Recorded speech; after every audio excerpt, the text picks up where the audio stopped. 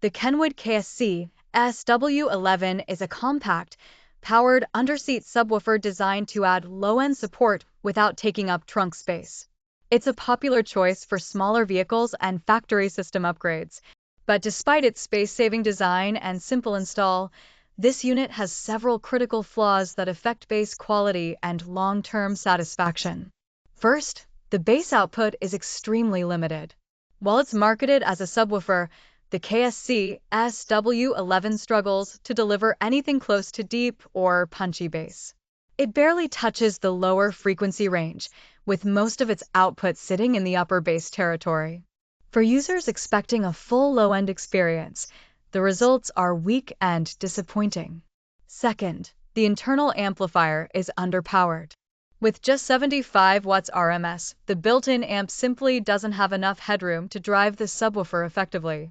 Even with proper signal tuning, the sub's output remains low in volume, especially when paired with larger door speakers or aftermarket systems that easily overpower it. Third, distortion becomes an issue at higher volumes. Pushing the KSC-SW11 even slightly beyond moderate listening levels introduces noticeable distortion and compression.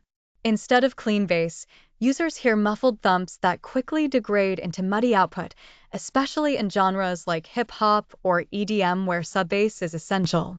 Fourth, installation is simple but doesn't guarantee results. Even when correctly installed under a seat, the sub's physical limitations prevent it from coupling with the cabin airspace efficiently. The shallow enclosure and small driver size mean it's more of a bass filler than a true subwoofer. In larger vehicles or SUVs, the effect is barely noticeable. Fifth, tuning flexibility is minimal. The included wired remote allows for basic volume and crossover adjustment, but there's little room to tailor the sound to different music genres or system setups. Without deeper EQ or phase control, integration with factory or aftermarket systems often feels unbalanced.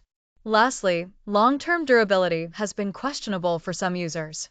Reports of amplifier failure, rattling enclosures, or buzzing at specific frequencies suggest that while the build is compact, it may not be robust enough for extended daily use at moderate volumes.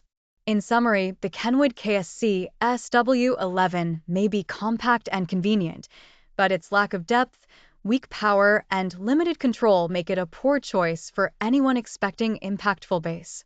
It's better suited as a subtle upgrade for factory systems, not as a true